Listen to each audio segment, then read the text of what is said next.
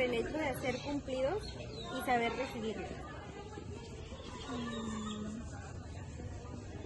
Pues yo pienso que los cumplidos tienen que ser pues honestos siempre hacia las personas con las que tienes confianza, porque pues de ahí viene pues el saber recibirlos, porque yo tomo mucho el que hay que tomar las cosas de quien viene. Entonces pues obviamente si alguien que yo tengo mucha confianza con él y sé que siempre me va a decir las cosas bien, sí se los puedo recibir y puedo decir que son honestos, pero sí sé que si son de alguien que pues nomás mete cuchara cuando hay que meter cizaña o algo así, pues es cuestión de considerarlos, ¿no? ¿Y cómo crees que el docente involucra este aspecto de hacer cumplidos y saber recibirlos en tus alumnos? Bueno, es que ahí ya es otra cosa, ya ahí ya cambia mucho porque pues los docentes por lo general hacemos los cumplidos como para motivarlos o para hacerles saber algo que pues ellos tienen que saber, de que no, pues ahora trabajaste muy bien o hiciste muy padre tu actividad, es más que nada como para motivación, pero la mayoría no. Pues todos son pues sinceros, prácticamente van pues dirigidos con una buena intención y son sinceros para ellos. Muy bien, gracias. Hacer cumplidos y saber recibirlos. El docente ha de explicar el sentido del elogio, decirle a alguien algo agradable y positivo sobre él o lo que hace, de manera franca y sincera. Se debe explicar que los elogios serán en el momento oportuno y enseñar qué palabras podemos utilizar. Por ejemplo, qué bien te queda eso, te felicito por, me encanta lo que haces, eso está muy bien. También conviene enseñar las palabras a utilizar para agradecer los elogios, como gracias, me alegro de que te guste, eres muy amable. El profesor enseñará a los alumnos a elogiarse entre ellos mismos y será el primero en hacerlo cuando sea oportuno.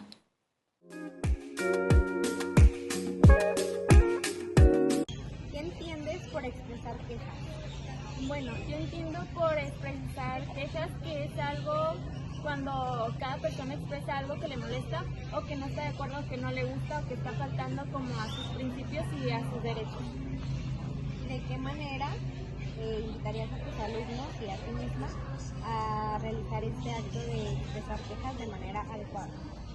Bueno, principalmente estando frente al grupo, creo que deberíamos adoptar por expresarle a los alumnos que están teniendo como este conflicto que se deben de tener como un respeto y tener calma, que no se deben de realizar ofensas ni mucho menos.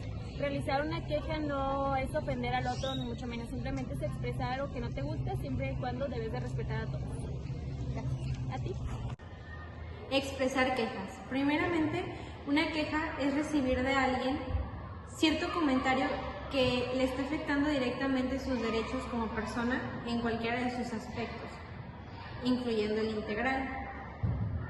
Es importante identificar que hay quejas justas y hay quejas injustas.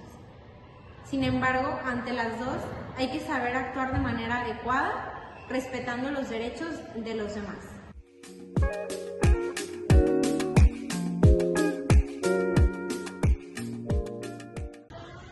¿Qué entiendes por dialogar? El tener una conversación con alguna persona, expresarte verbalmente. ¿Y cómo consideras que un docente implementa el diálogo en sus alumnos? O este aspecto de dialogar en ellos. Pues cuando le cede la palabra a algún alumno, cuando lo deja tener libre expresión, tanto del alumno hacia el docente, del docente hacia el alumno y entre pues, los profesores compañeros. Muy bien, gracias. Dialogar. Dialogar es una de las habilidades más importantes que debe el docente implementar en sus alumnos. El docente ayuda a que los alumnos descubran cuál es su comportamiento en las conversaciones y enseña pautas básicas. Antes de hablar, piensa lo que vas a decir. Escucha antes de tus compañeros. Respeta tu turno. Permite que los demás participen. Tu respuesta y tus preguntas deben ser adecuadas al tema de conversación. Y por último, sea amable durante la conversación. Así mostrarás lo mucho que vales. Da las gracias, pide disculpas, felicita, no te rías, conversa, saluda, presta atención cuando te hablen y respeta a los demás.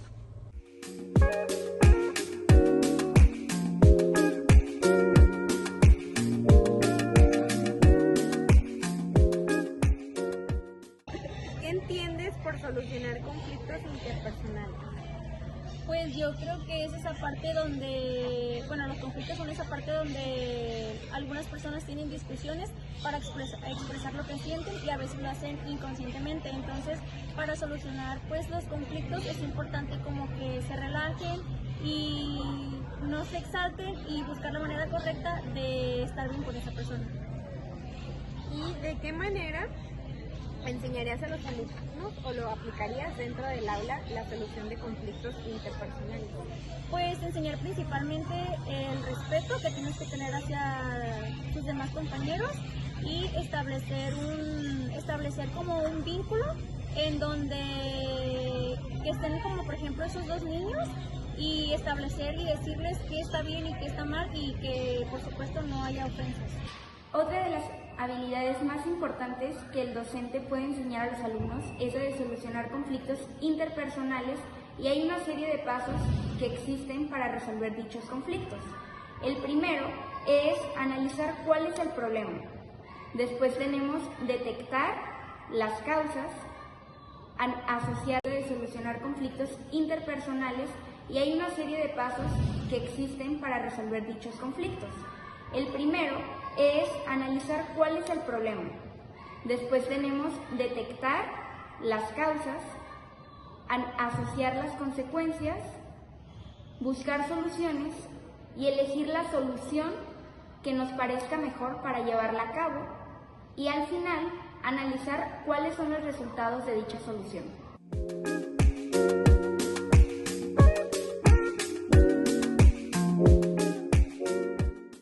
Bueno, profe, pues la primera pregunta es, ¿qué entiendes por hacer y rechazar peticiones? Hacer y rechazar peticiones. Bueno, son dos palabras muy especiales, ¿sí? Hacer peticiones es una solicitud hacia algo que yo quiero o algo que yo necesito, ¿sí? Y rechazar peticiones es algo muy cruel y muy lacerante porque a lo mejor al rechazar una petición estoy afectando a una persona sin saber el motivo. Antes de rechazar una petición, primero debo de indagar qué hay, el por qué esa petición. Si esa petición es justificable y es por el bien de ella y de los demás, adelante. Pero si la petición es para dañar a las personas, no, yo no lo haría, más bien rechazo la petición. Hacer y rechazar peticiones. El docente deberá enseñar que los favores son pequeñas ayudas que pedimos a los demás sin abusar, pues lo que podemos hacer por nosotros mismos es vergonzoso que pidamos que nos lo haga otro. Si pedimos ayuda, hemos de solicitarlo por favor y no de forma arrogante. Cuando nos hacen un favor es importante agradecerlo. Los alumnos deben conocer que cuando el favor que te piden no es muy adecuado, te puedes negar a ello. Al decir no adecuadamente, das a conocer lo que sientes, te sientes seguro de ti mismo, evitas que se aprovechen de ti, mejora tu autoestima y te sientes bien porque no haces algo que no te gusta.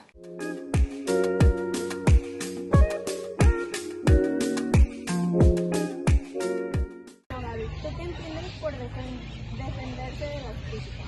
Pues primeramente las críticas hay que saber que se dividen en dos, que son las críticas constructivas y las críticas donde se ofende a alguna persona.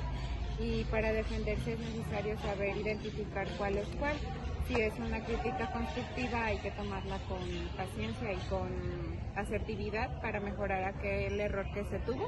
Y cuando es con la intención de ofender a alguien, es también justo el defenderte o incluso analizarla y no reaccionar como de manera agresiva, sino como pasiva. Muy bien. ¿Y esto tú cómo lo implementarías en el salón de clases? Yo creo que con un mediador que sepa controlar ambas partes y así analizar si la crítica es constructiva o la crítica es negativa. Y también, por ejemplo, enseñar a los niños a ser tolerantes y a ser pacientes para respetar las opiniones de los demás, porque todos pensamos diferente. Defenderse de las críticas. Es importante reconocer que existen las críticas justas y las críticas injustas. Ante las primeras, las justas, es importante aprender de ellas y mejorar. Ante las críticas injustas, es importante que a pesar de que pueden llegar a dañar nuestra integridad, debemos actuar de manera asertiva cuando se nos presente una de ellas. Existe la manera pasiva, en la cual el sujeto se ve débil y vulnerable, y la agresiva, en la cual el sujeto se ve con una conducta sumamente agresiva. La ideal es la asertiva, en la cual se da un intercambio justo y equitativo de información, en la que se recibe de buena manera la crítica, pero también se da de buena manera la crítica, y siempre para mejorar. ¿Qué entiendes por expresar sentimientos? La forma en la que manejas tus emociones, en la que tratas a las personas, manejas tus situaciones personales. Otra de las habilidades que el docente tiene que enseñar a sus alumnos es el expresar sentimientos.